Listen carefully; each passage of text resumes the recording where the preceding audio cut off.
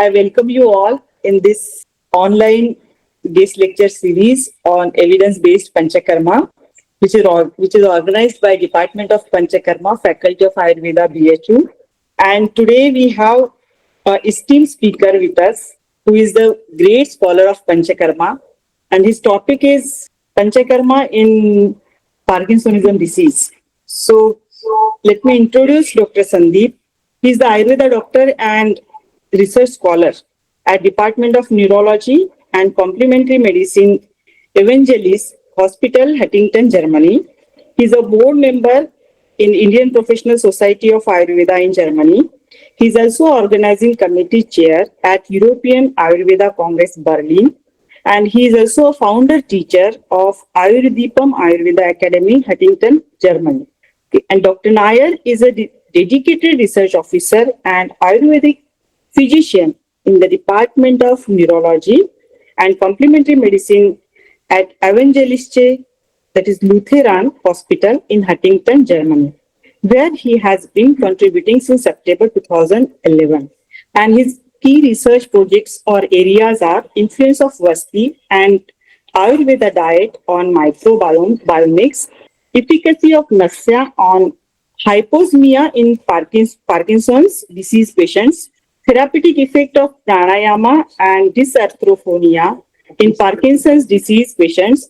Before his tenure in Germany, Dr. Nair was an assistant professor in Panchakarma at MVR Ayurveda Medical College in Kannur, Kerala.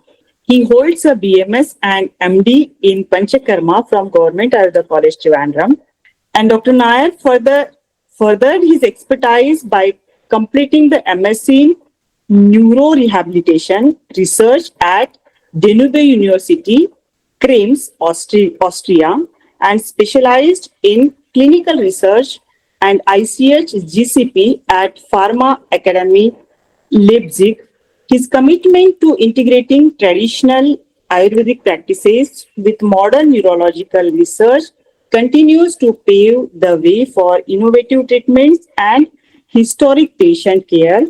With all this strong biodata, I would like to tell that Dr. Sandeep Nair is my PG batchmate in Trivandrum, and what he has done in Panchakarma is, mostly you won't get the proper Panchakarma practices in Kerala that time in 2006 to 9, but his thesis work was on the Vamana.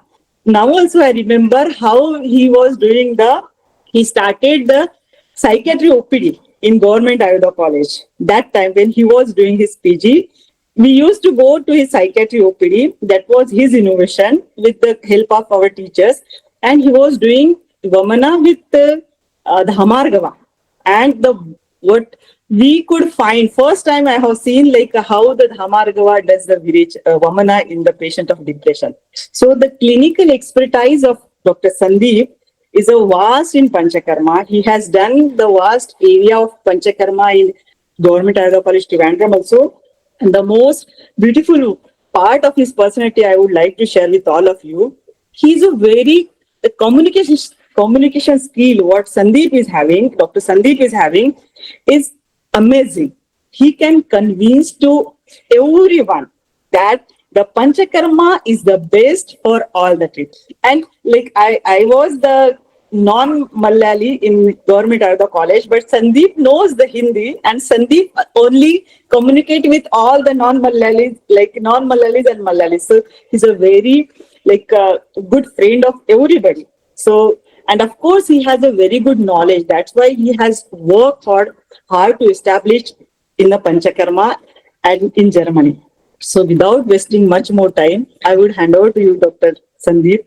Over to you, and thank you for giving us acceptance for coming for this series or this guest lecture. Thank you, Dr. Sandeep. Over to you. Thank you, Dr. Rajkala, for your kind words. It was a very good experience doing PG with Dr. Rajkala and other batchmates, and we were very lucky to have Dr. Vinod sir guiding us as a head of the department, and also we had lots of intelligent group of seniors who helped Yes. us who helped us to develop our knowledge in Panchakarma, and also not only theoretically but practically also. And we had a good experience, learning experience on in those days during our PG days, and really cherish those memories. Thank you very much for once again what we say memorizing those all good memories. Yeah. So without any delay, and thank you very much, Dr. Rajkala and Department of Panchakarma, BHU, and all the participants who are here today for this opportunity. I'll just mention today in this 1 hour of online lecture what type of work we do in Germany and how we can manage the Parkinson's disease as a complementary approach with Ayurveda and neurology medicine. So this is what I would like to discuss today.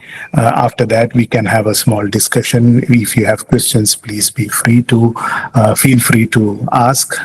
So we'll start with that. I have the opportunity to share my presentation. I'll do that first. I hope the presentation is visible. Yes, it is visible. Thank you. Thank you. Thank you. So first of all, namaste to all. I start with salutations to all those great scholars, teachers who have worked hard for the propagation and promotion of Ayurveda through these centuries. And starting with, as I said, today's topic is about Parkinson's disease and Panchakarma. So I would like to first start with the main functions of the nervous system. We know that nervous system is it's a very complex system, but when we see to the basic functions of the nervous system, it's mainly to feel, to plan, and to react. For a human body or any living organism, if you need nervous system to feel, to plan, and react. To feel means the sensory system. That is, you accumulate knowledge through your sensory system from the atmosphere or from the environment or from the outside world. So you first feel it, and then from this information you plan, you integrate in your higher mental functions in the central nervous system, and then you decide what should be the reaction, and the response is by the motor functions. So we can say that nervous system, the basic functions of nervous system is to feel, to plan, and to react. Along with that, we have autonomous nervous system, that is parasympathetic and sympathetic functions, that are involuntary functions, vegetative nervous system. So all these are the basic functions of the nervous system. This is just to start with, to have a revision of the nervous system, the functions of the nervous system. I'm not going to discuss in detail each and every system, but we all know that we all are Panchakarma experts, and I believe most of the participants are Panchakarma students or Panchakarma practitioners or Ayurveda practitioners in total. Yeah. So this is the function of nervous system. And when we see in Ayurveda, we see that most of the functions are related to Vata dosha. Yeah, that qualities of Vata, the functions of Vata. Basically, when we say that dosha dhatu malamulo ideha, we say that tamuchvasa nishvasa utsaha praspandana indriya padava vega pravartanadibir vayu anugrahanadi. These are the basic functions of Vayu. When we compare these things, we know that when we see about feeling, in collecting information, giving motor response or movement or any transportation in our body, it's all Vata karma, right? So we just saw the basic functions of the nervous system, and then we know that it's all mainly the Vata karma. So whenever we see that there is any neurological disorder, we can see that the base is Vata. The Samprati might have different involvements of different other doshas, also with other dhatu doshas or ama, or there might be many pathological conditions or sampraptis, but the main base of neurological conditions or nervous system is Vata dosha, right? That we all know.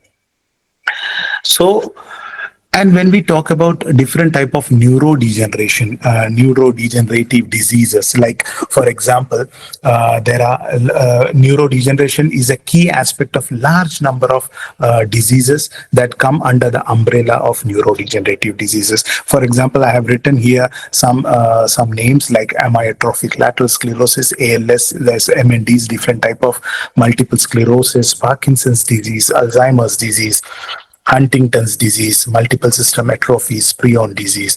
And we know that out of these hundreds of neurodegenerative diseases, there are mm, prime importance given to mainly Parkinson's disease, Alzheimer's disease, and Huntington's disease.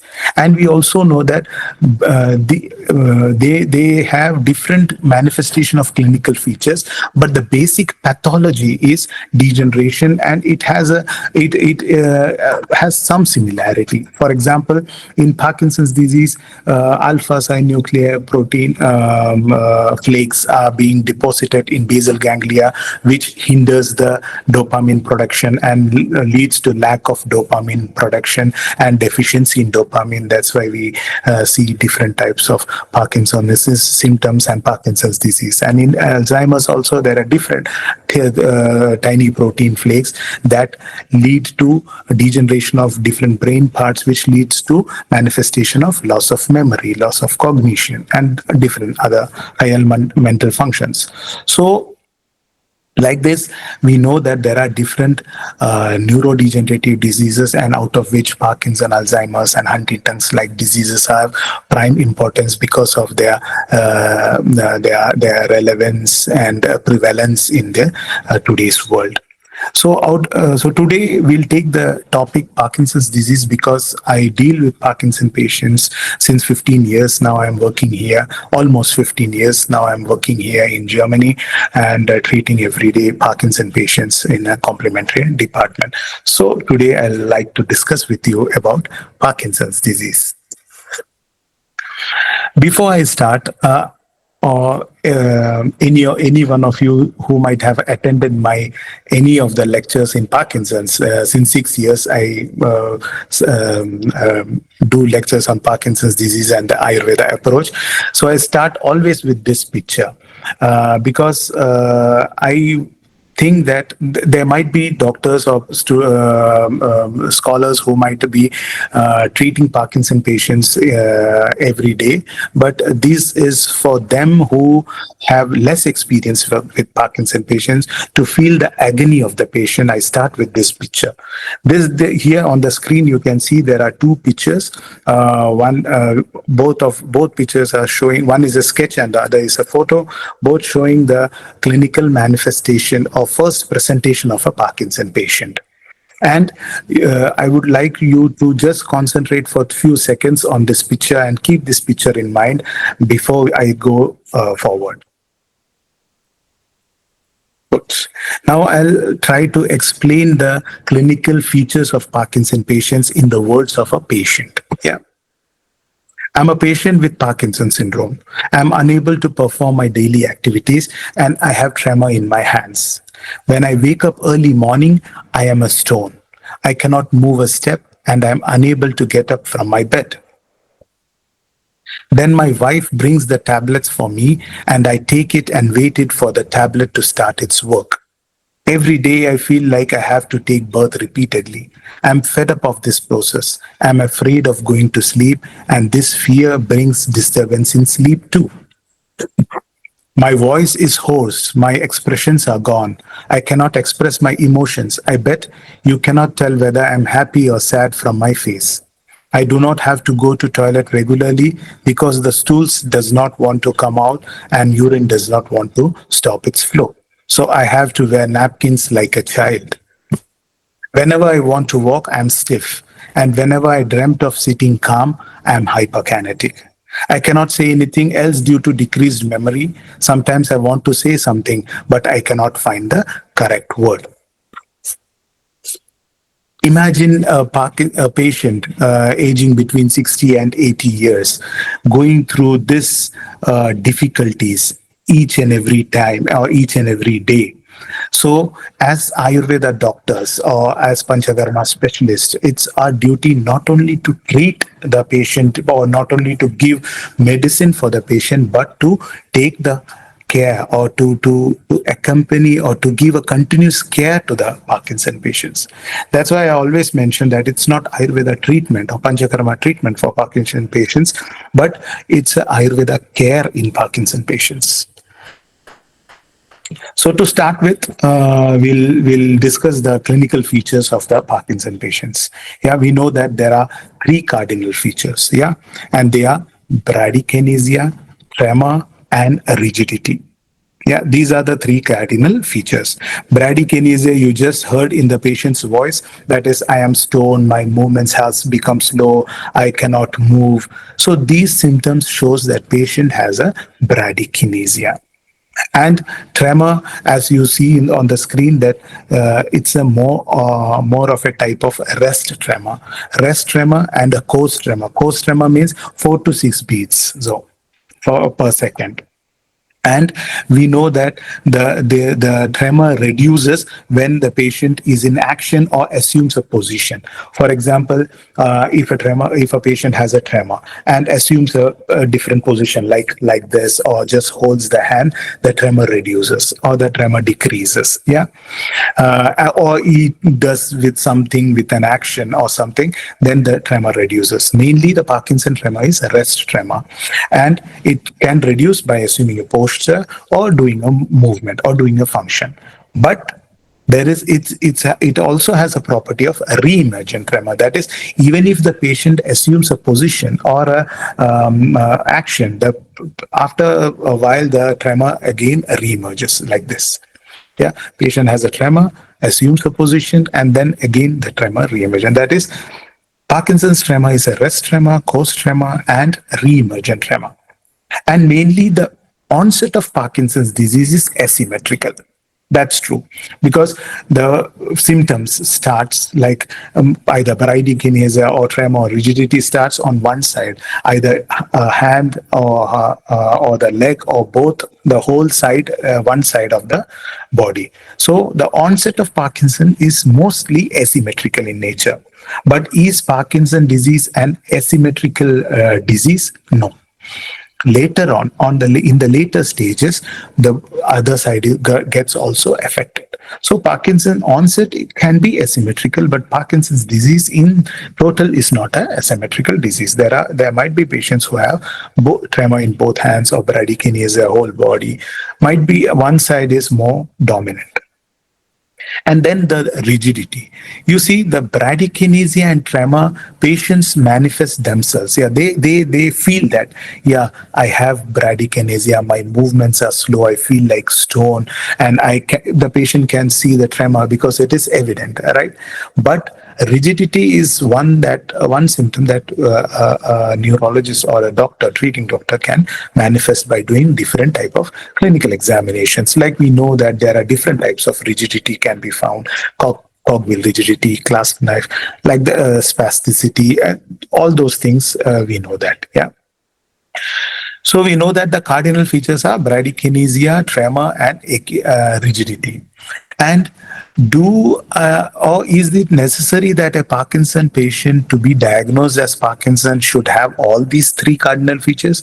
No, it's not necessary. Might be a combination of two, might be all of them. So in this, due to this, we can also divide clinically Parkinson patients into three main types, like akinetic rigid type, patients who have more bradykinetic or akinetic and more rigid in nature. So this type of patients are called as akinetic, or can be grouped as akinetic rigid type clinically. And there are patients who have more tremor. Their movements are okay. They don't have that bradykinetic movements, or they don't have that stiffness or rigidity, but they have more dominant tremor. That's why we can call them as tremor dominant type. And in some patients, we see that clinically they have both, all the three. That is, they are bradykinetic or akinetic, they have tremor, and also they are rigid, have rigidity. So we know that there are main three clinical features are bradykinesia, tremor, and rigidity. And then we know that the onset is asymmetrical, but it's not a asymmetrical disease. It can lead to different both part or the whole part of the body. And the type of tremor, we know that it's a rest tremor, coast tremor, reimagined tremor, and the different types of Parkinson disease. Clinically, they are akinetic rigid type, tremor dominant type, and equivalent type. And the other symptoms that can be seen in Parkinson, the rigidity, what we mention here is joint rigidity, that is muscle rigidity. The symptoms that you mentioned, of course, they are also associated with Parkinson, but it will be more mentioned as like hypophonia, dysarthrophonia. It is also a motor symptom. Like rigidity is a motor symptom, the hypophonia, dysarthria is also a motor symptoms. The whole body feels like rigid, but it is mentioned as different names when it comes to different places. Like for example, when the expressions are gone, it's known as hypomimic. Here you can see that I have written in the next stanzas like postural disability, hypomimic, hypophonia, dysphagia, microphagia, dysarthria, hyposmia. These are all associated symptoms in the Parkinson. And when it comes to gait, yeah, there are different types of gait. We know that in different neurological manifestations, Festinant gait, freezing of gait, pain and paresthesia while moving, or all these are associated symptoms. Then we have autonomic dysfunctions like postural giddiness, sphincter disturbances, and erectile dysfunctions. Neuropsychiatric manifestations are also seen in later stage. So this was just an idea to give you, this was just an attempt to give you an idea of the basic clinical features of the Parkinson's disease. So we started with the what we say neurological functions. We know that Vata is the main main dosha that is responsible for all the movements, neurological functions. What we said as feeling, planning, and responding. And then we looked into a Parkinson patient's clinical features in patient's words and as well as in the neurological aspect. Now I'll just mention about some basics of the pathology. That is, Braak, Professor Heiko Braak, a German neurological professor, and his colleagues found the different stages of pathology in Parkinson patients. They found that, and they state that Parkinson's disease begins when a foreign agent enters the body via the nose or gastrointestinal system and travels into the central nervous system. That is, the first stage, it enters the peripheral and enteric nervous system. You can see in the picture in the bottom line, peripheral and enteric nervous system. And from there, the arrow goes to medulla oblongata, pontine tegmentum, basal, mid and forebrain, hypothalamus, thalamus, mesocortex, allocortex, and then neocortex. This is the way or the stage of development of the Samprati or pathology of the Parkinson's disease according to the modern neurology. How did Heiko Braak and his team found out? They did the autopsy of Parkinson patients. When they did the autopsy of Parkinson patients, they found the chronological order of the deposition of this alpha-synuclein protein. That is, it was seen that in the gastrointestinal tract, the deposition was started earlier than and at that same time in the olfactory epithelium, and then to medulla oblongata, and then only it progressed into the different parts of the brain from till the basal ganglia. And see, early stages, as we know that how we can correlate this, a finding should be correlated with the clinical manifestation also. Otherwise, we cannot connect this theory. So this theory was actually a good theory. That's why early stages are characterized by a non-motor symptoms, such as hyposmia, less sense of smell, constipation, and often motor symptoms are often displayed around the mid-stage state. And cognitive symptoms arise as later Braak stages are reached. See, you can see in this picture the stages. And now I'll show you a slide where you can have more clarity on this subject. That is, see, Braak stage 1, 2. Braak stage 3, 4, Braak stage 5, 6, 5 to 6. Yeah, you can see the pre-motor phase, that is the phase where motor symptoms are not yet manifested. At that time, patients may develop hyposmia, constipation, depression, articular pain, fatigue, orthostatic hypotension. These are all non-motor symptoms. There might be vegetative symptoms in that, sensory deficits in that. Yeah, that's a premotor phase. And in clinically evident motor phase, we see that bradykinesia, rigidity, tremor, and postural instability. At that time, the patient also feels difficulty, difficulty to move. Movements are slow. Then he approaches the doctor, and the doctor can diagnose, now you are in the motor stage of Parkinson. That Parkinson, you have a Parkinson's disease with different clinical manifestation and also other objective manifestations. And in the complication stage, that is when the pathology reaches Braak stage 5 to 6, that is the memory impairment, sleep disorder, acute delirium, nocturia, dysphagia with pneumonia. Different types of other complications can also be seen. This picture I would request you to keep in your mind. These different manifestation along with the different pathology stages of the pathology explained by the Heiko Braak, Professor Heiko Braak. Yeah. Now we'll go into our business, that is Ayurvedic perspective, right? So what do we get from our patients?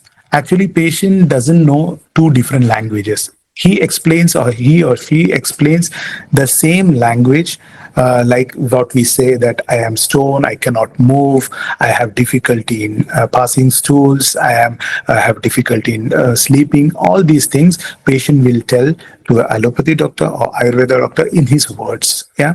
And as an Ayurveda doctor, what we look into that, the clinical manifestation, the rupam. What are the rupam of this patients? What is he having difficulties? That is the rupam.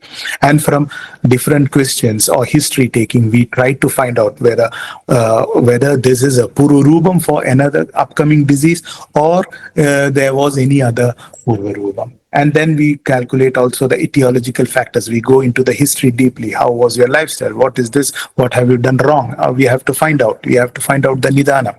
And then with these things, we assume the pathology also, Samprati, in the Ayurveda perspective, right? Now in Parkinson patients, before that, I would like to explain that we know that Vata Vyadhi, Parkinson is also comes under Vata Vyadhi, and the Purva Rupam of Vata Vyadhi is mentioned as Avyaktam. So here I would like to request all doctors to just have a thought on this Avyaktam.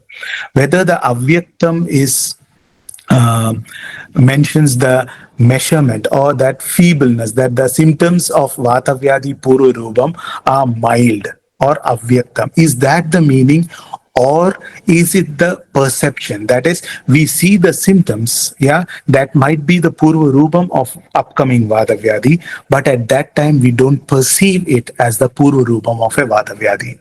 So we have to, this is my thought, like since 15 years I'm doing this Parkinson patients, I've always thought whether Acharya has mentioned that avyaktam as a measurement, that is a feeble mildness of the symptom, or is it difficult to perceive at that time that there is this is a condition, is a purva rupam of a Vata Vyadhi, upcoming Vata Vyadhi. This thought I'll explain it again with the same slide what we saw earlier. See here, the specific non-motor symptoms list: hyposmia, constipation, depression, articular pain, fatigue, orthostatic hypotension. These are pre-motor symptoms, and that are seen. Please see the last line of this slide. In situ 10 years, that is almost 10 years before the clinical evident or specific motor symptoms. That is, motor symptoms, at that time we get evidence that this patient has a Parkinson, but 10 years before he had, might be, it should not be 10 years, it can be 5 years or more than that. The patient had constipation or hyposmia, that is loss of sense of smell. Who has thought? Patient also tells us, I didn't think that before 10 years when I had this constipation or when I had this hyposmia, it might be the manifestation of Parkinson's disease. That is, at that time, that Purva Rupam, it is difficult to manifest whether it will bring a upcoming Vata Vyadhi. So my thought was that, yeah, this might be a thought process of the Acharya also by mentioning Avyaktam, Vata Vyadhi, Purva Rupa as Avyaktam, because at that time we see symptoms, but we don't know whether it's Avyaktam, whether this will bring the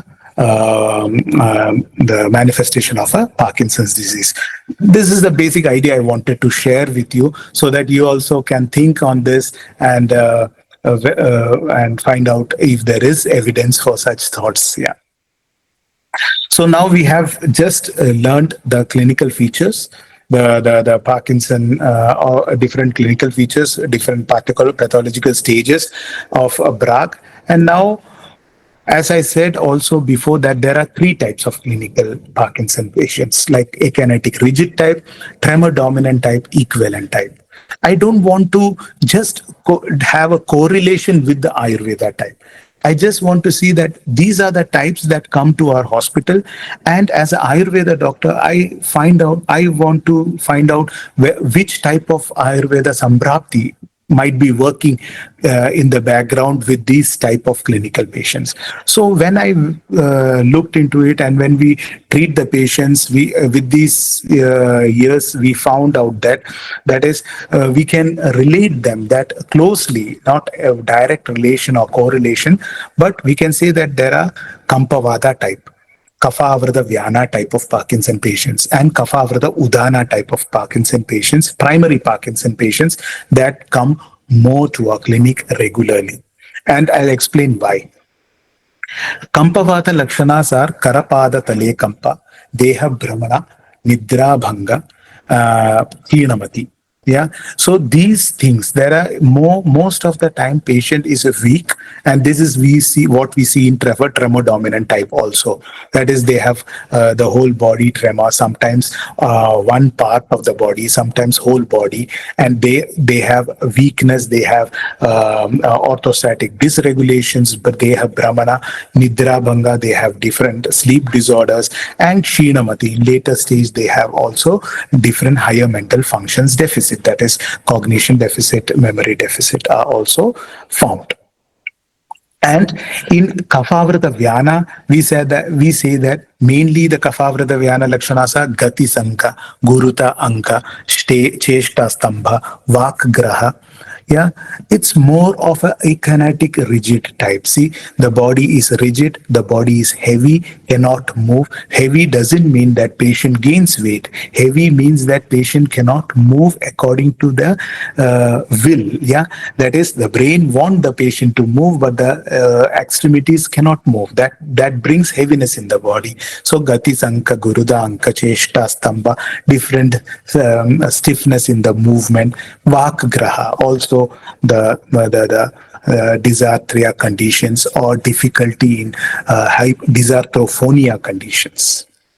Then we look into Kapha-avrata Udana type. There also you see Vagraha, rigidity, slow movement, Swaragraha, Daurbalya, Mandagni. Stambha is also there, but also Kampana is also there. It's a more of a type of equivalent type. So whenever I get patients, Parkinson patients, I just look at whether it's a akinetic rigid type or tremor dominant type, or along with that, I also look whether there is a Kapha-avrata Udana type, or Kapha-avrata Vyana type, or Kapha or Vata, Kampa Vata type, more Vata, Kampa dominant. And whenever we look into the Lakshanas of Vata Vyadhi, Nanatmaja Vata Vyadhis, or any Vata Vruddha Lakshanas, we find that there are different symptoms that are also seen in Parkinson patients.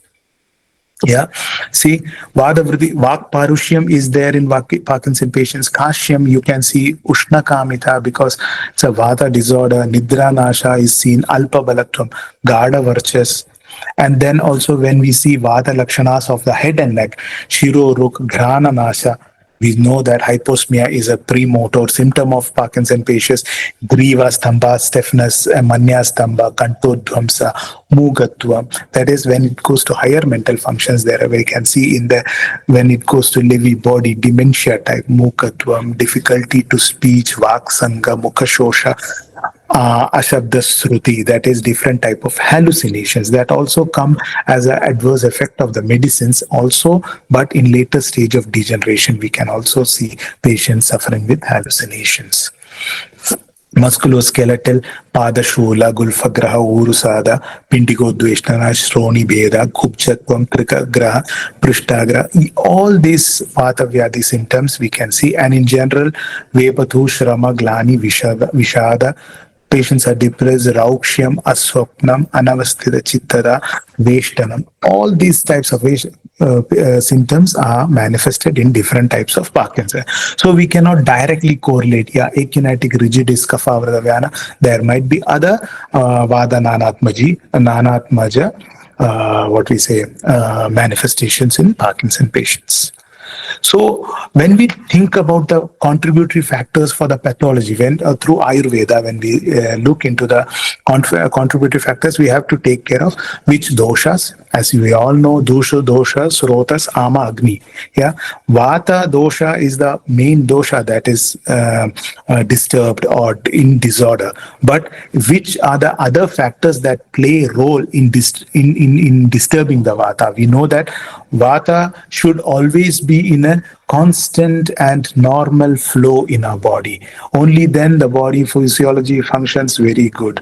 But if there is any hindrance or any disturbance in the flow, and acharyas have clearly mentioned that the disturbance in the vata flow can occur when there is dhatukshaya or there is margavarodha or avarna. Correct?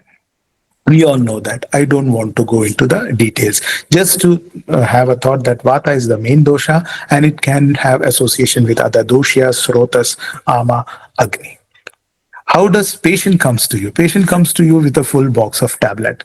So when we start thinking of the treatment, they might be already in different medicines. Available modern medical treatments that are levodopa, that is we all know, other dopamine agonist, inhibitors, COMT inhibitors, amantadine. So there are different types. And also there are interventional treatments like surgeries, deep brain stimulators they put. And also nowadays there are different type of pumps there are subcutaneous pumps also, but there are interventional pumps also that supply like insulin pump, that they supply regular amount of doses of dopamine in a regular basis to the body. Then in modern medicine they have possibilities for physiotherapy, occupational therapy, speech language therapy. So this is the available modern medicine treatments that we know, and they are mostly concentrated on symptomatic treatment of the patients to reduce the rigidity, to improve the movement, to reduce the tremor. So that's the main aim to maintain the level of dopamine in the body, right? So but these all comes with a different types of adverse effects, right? We know that there are different types of adverse effects, but as an Ayurveda physician, our aim should be to provide a Shuddha Chikitsa, that is Prayoga Shamed Vyadhim Egam Yo Anya Mudire. That is, if there is a treatment that manifests another disease, then it's not that a Shuddha Chikitsa. So we have to aim for a Shuddha Chikitsa which will not create any other adverse effect. So as a complementary system, what we do is we help in three ways. We incorporate the basic principles of Ayurveda to what we say, the principles this to remove the ailments from this deep rooted diseases. We help as an associate to the main course of treatment, and also we support them by the adverse effect management. So complementary system can work in different ways. I'll explain in detail now. I know I am running out of time, but we can manage. So now I'll be explaining just the basic principles that we apply in our department. Balance of Kalartha Karma. How I can explain just now. That is Sangshepada Kriya Yogo Nidana Parivarjanam. That is the first and important thing we have to do in a Vata Vyadhi or Parkinson patients. Yeah. And how can it be done?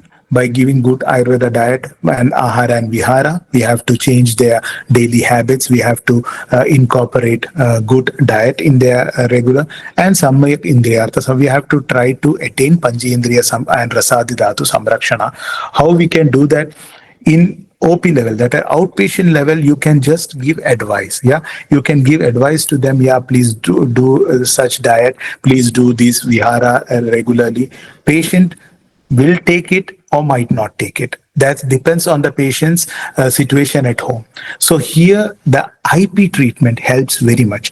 You create an atmosphere where you prevent the further indulgence of nidanas. Yeah, that is here in this case we have to control the nidanas that may cause again the vata prakopa or the reason for the vata prakopa.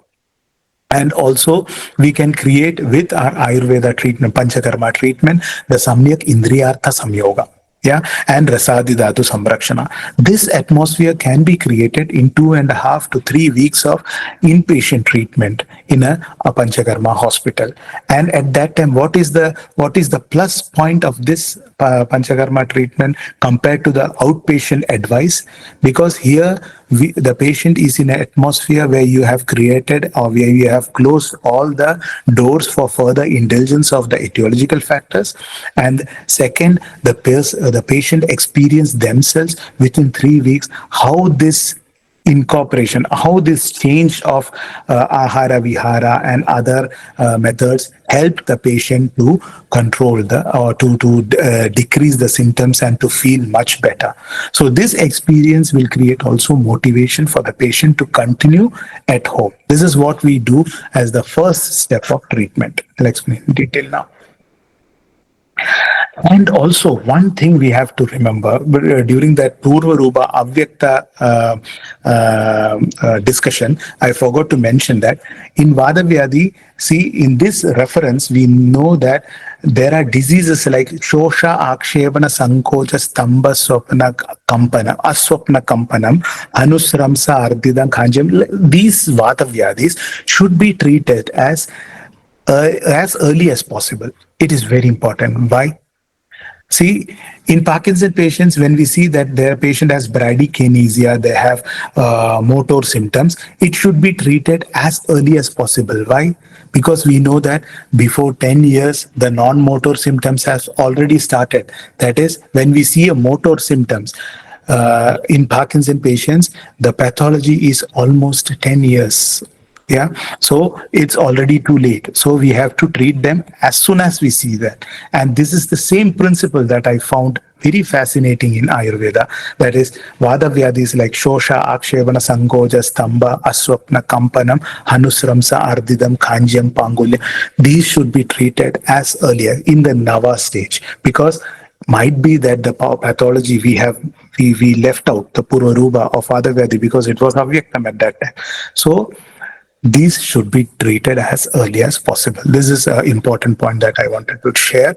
And also Jatragni Samrakshana. That's also very important. Here I would like to mention that we as Ayurveda doctors, when I was studying PG also, was always looking for that this dhatu has been affected in a Vata Vyadhi. So how to improve that type of Dhatu Agni? Which drug is important for Asti Dhatu Agni? Which drug is important for Mamsa Dhatu Agni? I also used to check, like in different Sastra Yogas or different formulations, Falashrutis, whether they have mentioned any specific Dhatu Agni. But then later on, when we realize that Jatragni is Shreshtata of the Jatragni. That is, Jatragni Samrakshana is the main clue for all the Dhatu Agnis. That is, you can see that when Jatragni increases or decreases, simultaneously the Dhatu Agni and Bhuta Agnis decreases or increases. So when you are aiming for a Dhatu Agni Chikitsa, treat the Jatragni, maintain the Jatragni for a long period, then it will in turn create a good or balanced Dhatu Agnis. So this is also an important point that I wanted to share with you for the treatment of the Vata Vyadhis or Parkinson patients. Of course, we know that if there is any Amata, Sama, Vata Lakshana, we have to look for the first to make it as Niramavastha. Then we have to also look for the general approach of the Ayurveda treatment for Vata Vyadhi. Vata Sivakrama, Sneha Sweda Samshodhana Mrudu. We all know that. I don't want to go into detail. Kafavrda Vyana Chigilsa, Kafavrda Vata Chigilsa. See, here we have to make Tikshna Sweda. Normally, see, here in normal Vata approach, we have Sneha Sweda Samshodhana Mrudu. Yeah.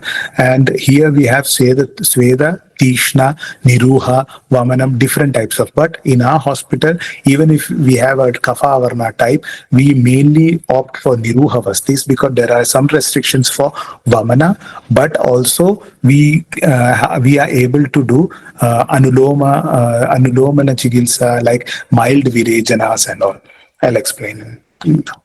And then different types of these slides. I wanted to just mention what principles we use for the Parkinson patients.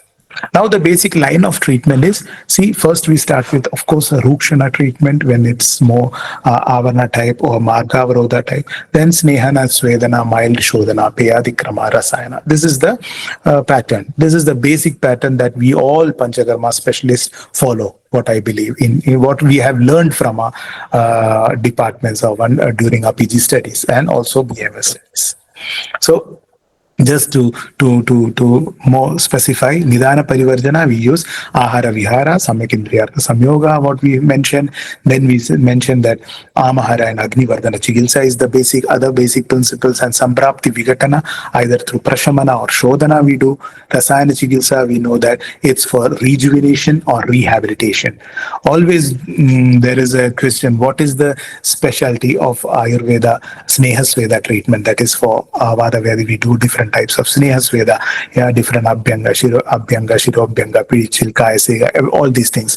So what I say is that to explain to the modern community that physiotherapy, occupational therapy, all these are all rehabilitation methods of a neurological patient. So what we do, that they are all active rehabilitation for the patient. Patient has to be active, do actively participate in this active rehabilitation.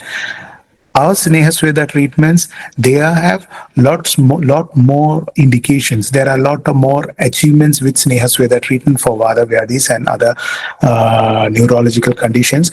But one of those achievements is we give passive rehabilitation. That is, we also rehabilitate, we can rehabilitate the muscles, the nervous, peripheral nervous system, the Asti Dhatu, everything also with this Sneha Sweda treatment. But we do that for patient passive rehabilitation. Patient can just lie down and experience the treatment, and we do that for the patient. So it's a rejuvenation and rehabilitation methods. And internally we give Gritapana, Tailapana, mainly Tailapana and Gritapana when there is higher mental function involvement.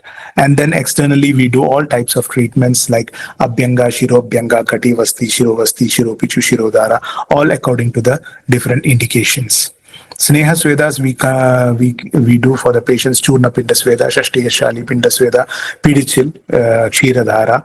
And for Ruksha Sweda, we do Udvartana, Churna Pinda Sweda, Kayasega with Kashaya Dharasya, without oil, a bit of Ruksha, Dhanyamla Dharas also. We do. And the different types of Vatahara Tailams and Tridoshahara Tailams that we use are mainly Dhanvantaran Tailam, Karpasastyadi, Sahajaradi Tailam, Masha Tailam. These Tailams, just wanted to mention the Tailams that are available. We should also look that they are available in Germany. Most of the time we have also, sometimes we have also difficulty in getting these medicines. So we have to also compromise. Kashayams that we give, we don't, we are not, as we are working in a hospital setup, we are not allowed to give tablet forms. We give churna kashayas, we cook kashayas on the daily basis, like what we studied in our college, that is Ashtavargan Kashayam, Maharasnadi Kashayam, Gandharvastadi Kashayam, and then there are Nayopayam Kashayams, different type of other Kashayams, Dhanvantaram Kashayam, Nayopayam Kashayam and all. Just I have mentioned some basic examples. Ashwagandha Arishtam, Bala Arishtam, Dashamula Arishtam, Bala Churna, Dashamula Churna, Kabikachu Churna, Atmagupta Churna and Ashwagandha Churna Rasayana. We don't don't use Mucuna pruriens direct as a substitute for L-DOPA therapy, but we use Mucuna pruriens as a morely as a rasayana and either in combination or as a solo treatment. The Panchakarma therapies that we use, we do mostly are vastis. We do all types of vastis: matra vasti, sneha vasti, kashaya vasti, kshira vasti. The most common vasti program or vasti treatment that we do for our patients is yoga vasti. And we have done in different types, like we have done in 8 days 5 sneha vastis and 3 yoga vastis, 3 kashaya vastis as a combination of yoga vasti. But we have also tried in 5 days 8 yoga vastis, that is 3 kashaya vastis and 5 sneha vastis divided into 5 days. We start first day evening with a sneha vasti. Second day patient gets before lunch Kashaya Vasti, and then after dinner they get again Sneha Vasti. Then that is the second day. Like that's 3 days we have. Then we have one last Sneha Vasti on the 5th day. So we have tried also, but for that the patient should have a good bala, because otherwise the patient may find it too strenuous procedure. And then we do Kashaya Kshira Vastis also we have done. We do for patients. Virejana, as I said, Anulomana or mild Virejana is the things. I don't have to go into detail into each treatment because we all are Panchakarma specialists. We all know how to do this treatment. So, and Nasya, we do all types of Nasya, Pratimarsha Nasya and Marsha Nasya. Sometimes due to time restrictions, Marsha Nasya, we cannot complete the whole course of Marshanasya. So what we do is, after that we advise Pratimarshanasya in a double period at home. So Rasayanas, we use Medhya Rasayanas, different types of Medhya Rasayanas, then Chavanaprasha, Bhargava Leham, and then Shaudra Sarpis, Kshira Sarpis. As I said, in Panchakarma therapy, we use all these three. And what are the precautions and modifications in Panchakarma procedures that we have to follow? There are lots of things we have to think during doing Panchakarma in Parkinson patients as well as in Germany. That is modified therapy protocols for patients with limited mobility. I'll explain in detail now. The second thing is skin reactions in Ruksha Vedana that we have seen often. Autonomic symptoms in Parkinson's disease also lead some precautions for doing Panchakarma procedures. I'll explain in detail. Safety considerations during involuntary movements, thermal environment and treatment table precautions. So these are the basic things that we have to think on the Panchakarma procedures. To start with, modified therapy protocols for patients with limited mobility. That is, during external therapies such as Abhyanga, Udvartana, or treatments involving Churna Pinda Sweda, etc., certain patients may exhibit a restricted range of motion, making it impractical to implement the standard protocol of 7 positional changes. So there we have to compromise the 7 positions. We couldn't do all the positions, but in such cases the primary objective remains the comprehensive application of the prescribed oil, churna or churna pinda sweda across the entire body. So we ensure that medicines are evenly distributed externally and special care is taken to maintain the recommended temperature throughout the procedure. Actually, these 7 positions, there are many theories, but what I feel practically these 7 positions are important, that the temperature is maintained throughout the body in an equal manner and the medicine has access to each and every part of the body. Skin reactions in Ruksha Vedana. Following Ruksha Vedana therapy, certain patients exhibit the anticipated therapeutic effect of Rukshatva, manifesting as xerotic skin changes and pruritus. At that time, we just stop the treatment. We know that, Rukshatva has attained. However, in individuals with heightened skin sensitivity, adverse cutaneous reactions such as localized tingling and prickling sensations may occur, particularly after the initial session. That is, at that time we understand that it is not due to Rukshatva, but it is due to the sensitive skin. That difference we have to just think in Parkinson patients. Therefore, it is essential to implement a there is comprehensive long-term treatment strategy for each patient is very important, but it should be coupled with meticulous daily monitoring to assess the therapeutic efficacy and tolerability. So that's very important. Even if you plan a 1 week, 2 week Panchakarma treatment, that is according to our experience, according to our knowledge, and looking for the indications and contraindications of the patient, we plan a 1 week or 2 weeks treatment. That's good, but we have to just meticulous daily monitoring that we do, that we learned from our colleges also. Yeah, Panchakarma department. And autonomic symptoms in Parkinson's disease, that's also very important. We have to look, that is orthostatic dysregulation or orthostatic hypotension is a frequently observed autonomic symptom in individuals diagnosed with Parkinson's disease. Therefore, particular caution is advised during Vasti therapies, especially when administering Kashaya Vasti and conducting high intensity Svedana sedation procedures. So that's also very important.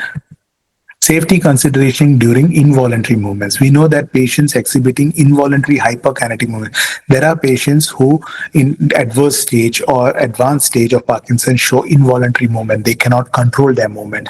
It might be also medicine induced involuntary movements. So such patients may experience difficulty remaining still in a supine position on the therapy table, that is a droni.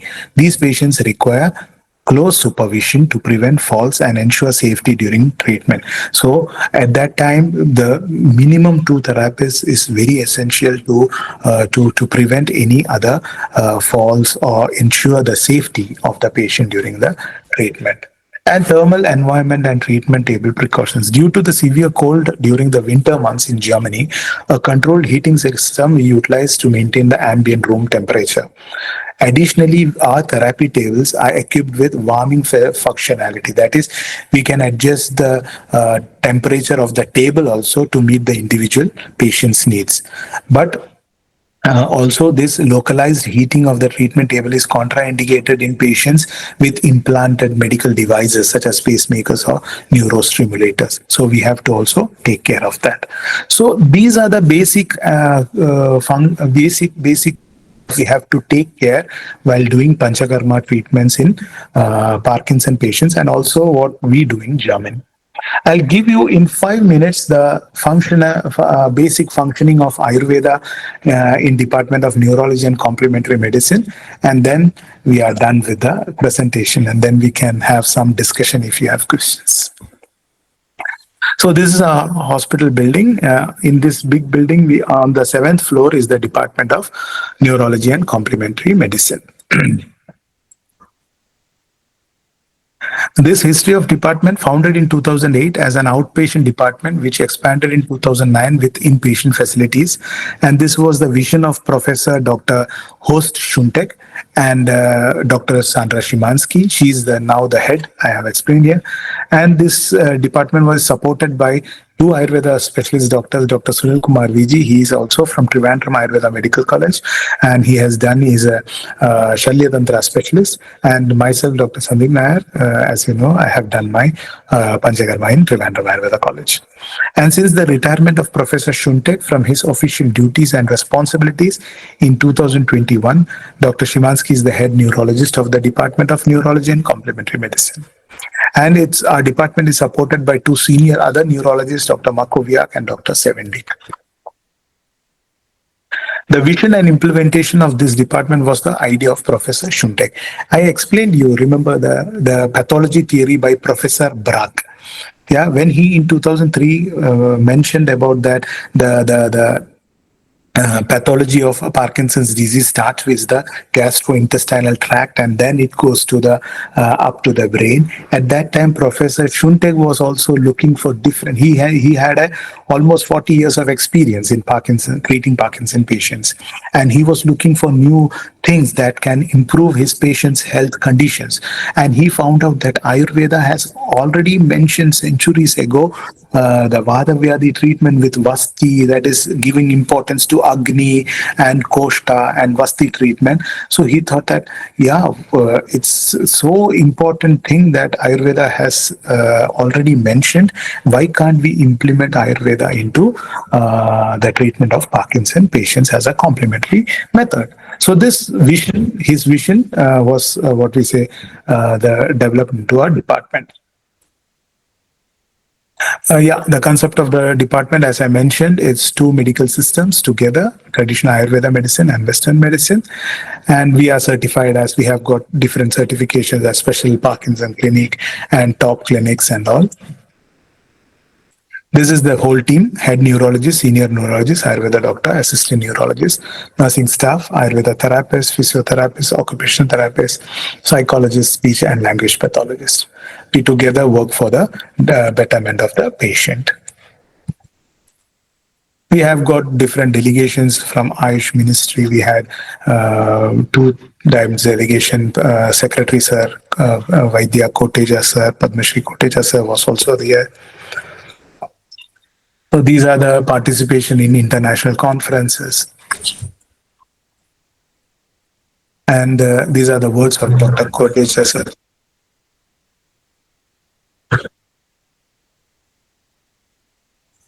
And the basic, as I said, the basic line of treatment is mainly it's a combination of Ayurveda diet, internal herbal combination, external physical treatments, systemic purification therapies, yoga and breathing exercises. And the patients get Ayurveda diet. That is, they are not Indian food, Indian cuisine, but German cuisine incorporated with Ayurveda basic principles. The basic principles are Ushna Snigdha Drava Laghu Ahara. So this is the basic principles that what we incorporate in the Ayurveda diet. And see the basic treatment, just some patients allowed us to take photos. So we put photos.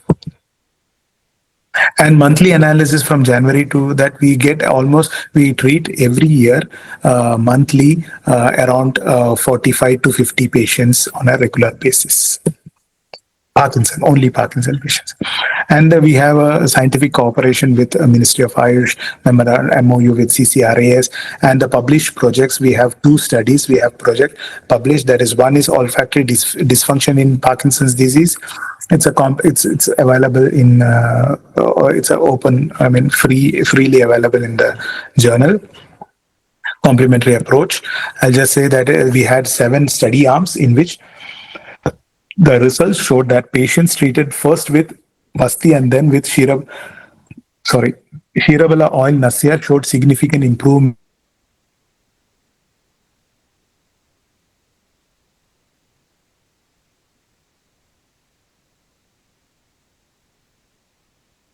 smell it and find out which is the correct option.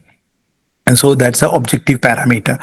And see, this study, what I say is that it's an evidence for our basic Ayurveda theory. That is, Kaya Shodhana is first, Sthanika Shodhana after Kaya Shodhana, or Sthanika Chikitsa after Kaya Shodhana is brings much more results in treating diseases. And the second study that was published is microbiome changes in Parkinson's disease.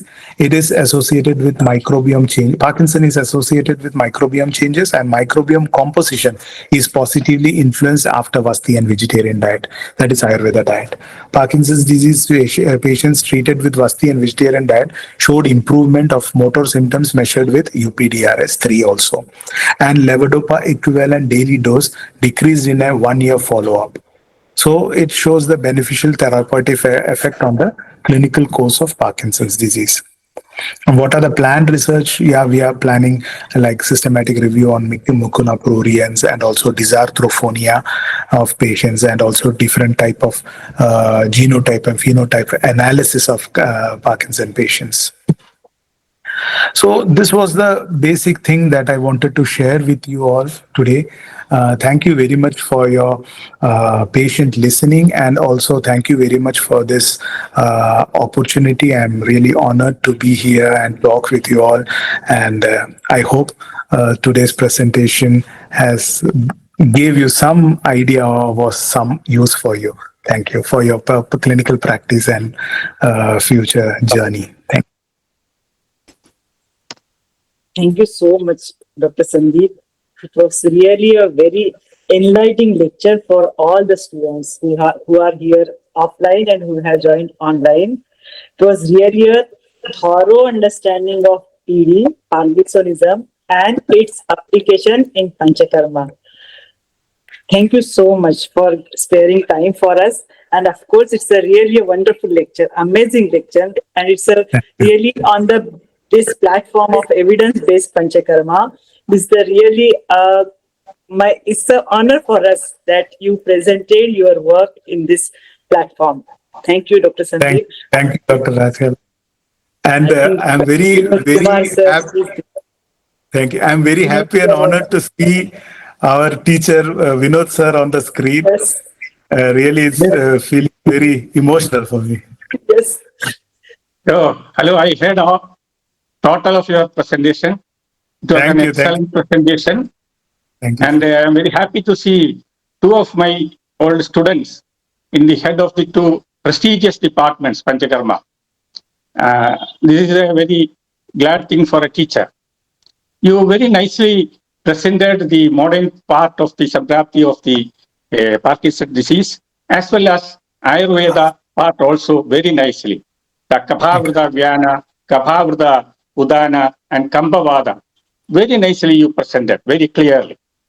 And you emphasized in the treatment the Kalartha Karmanam Yoga. That is very important when you are globally practicing Ayurveda. The Kala Satma is also important. You talked about the diet changes, how to, we study according to the Guna, we can apply this diet anywhere according to Ayurveda theory. And you also emphasize about the maintenance of Jadaragni is very important.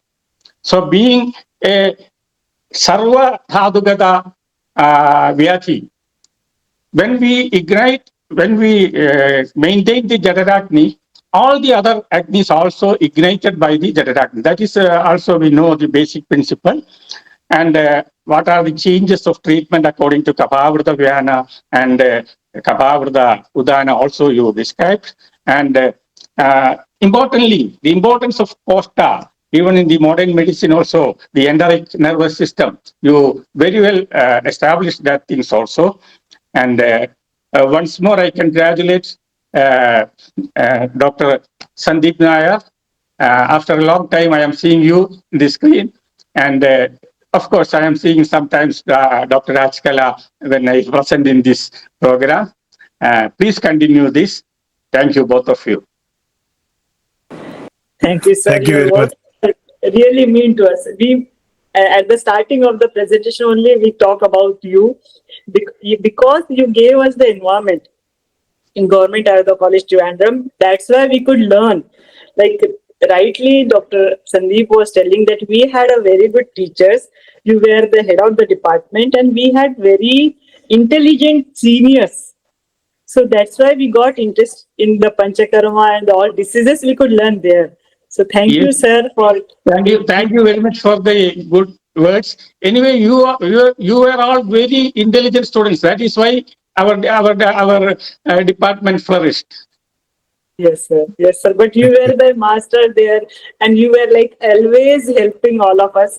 So that's why. And Dr. Sandeep, I already told, he was very caring and very helping to everyone.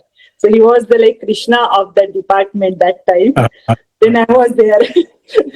So really, sir, thank you. I'm really blessed to see you in this platform, sir. Okay, thank you so much. Yeah. Thank you, sir. Thank you very much. Yes. And Dr. Sandeep, I will just check. I think there is no questions. It was very clear-cut presentation of modern and Ayurveda and Panchakarma. Very useful. Of course, that this when we put this in online video, many practitioners and many Panchakarma specialists go through that, and it is they message me that, ma'am, this is very important and very useful presentations what all are doing in this platform. So thank you in contributing. Of course. Yeah, I would like to also congratulate for your efforts you are doing with your team. Of course, team of students. You have a good team of students. I I can imagine that.